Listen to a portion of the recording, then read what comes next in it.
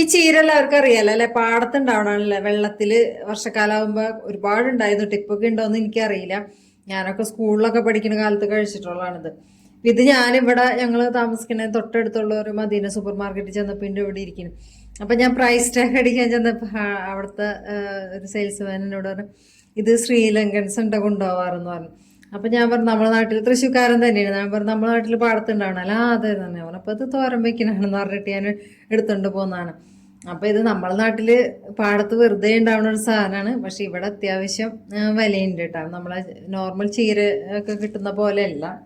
അപ്പൊ ഇതിന്റെ തണ്ട് ഞാൻ കുറച്ച് കട്ട് ചെയ്ത് കളഞ്ഞിട്ടുണ്ട് കേട്ടോ. നമുക്ക് കൂമ്പ് മാത്രമല്ലേ വേണ്ടു. അപ്പൊ അതിലേക്ക് ചേർക്കുന്നതിനായിട്ട് ഒരു 10 ചെറിയ ഉള്ളി എടുത്തിട്ടുണ്ട്, 4 പച്ചമുളക് എടുത്തിട്ടുണ്ട്, ഒരു തണ്ട് കറിവേപ്പില ഉണ്ട് കേട്ടോ. പിന്നെ ഇതിലേക്ക് 1 കപ്പ് നാളികേരം എടുത്തിട്ടുണ്ട്. ഇത് നിറച്ച് ഇല്ല കേട്ടോ, കുറച്ച് കുറവാണ് എടുത്തിട്ടുള്ളൂ. പിന്നെ നമുക്ക് ഇതിൻ്റെ അകത്തേക്ക് വേണ്ടതായിട്ട് കടുക്, കുറച്ച് ഉഴുന്നും പരിപ്പ് ചേർത്തിട്ടുണ്ട്, വറ്റൽമുളക് എടുത്തിട്ടുണ്ട്.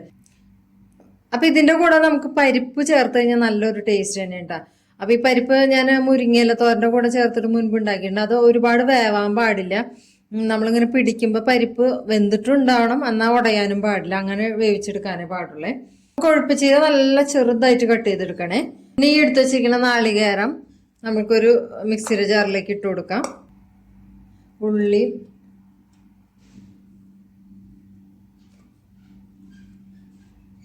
അതുപോലെ തന്നെ എടുത്ത് വെച്ചിരിക്കുന്ന പച്ചമുളക് കേട്ടോ, എടുത്ത് വെച്ചിരിക്കുന്ന കറിവേപ്പിലും കൂടി ഇട്ട് കൊടുക്കേ. 1/2 ടീസ്പൂൺ മഞ്ഞൾപ്പൊടിയും കൂടി ചേർത്ത് കൊടുക്കാം കേട്ടോ. ഇതൊന്നും അടിക്കാനേ പാടുള്ളൂ കേട്ടോ. നമ്മൾ ഒരുപാട് അരയ്ക്കാനൊന്നും പാടില്ല. ഒന്ന് ഒതുക്കുക എന്നൊക്കെ പറയും നമ്മുടെ നാട്ടിൽ.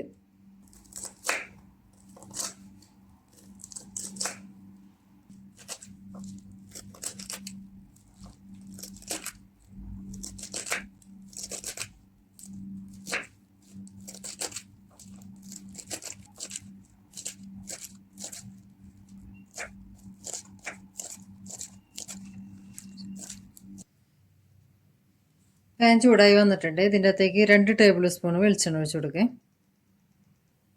ചൂടായ വെളിച്ചെണ്ണയ്ക്ക് 1 ടീസ്പൂൺ കടുക് ഇട്ട് കൊടുക്കാം.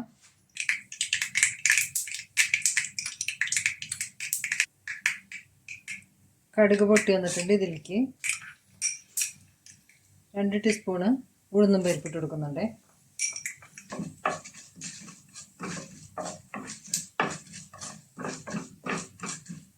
ഇതിലേക്ക് അരപ്പിട്ട് കൊടുക്കും.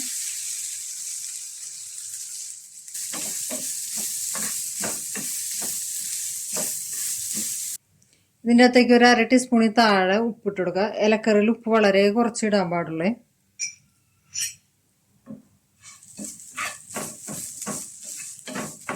ഇനി ഇതിൻ്റെ അകത്തേക്ക് നമ്മൾ കട്ട് ചെയ്ത് വെച്ചിരിക്കുന്ന ചീരയും കൂടി ഇട്ട് കൊടുക്കുക.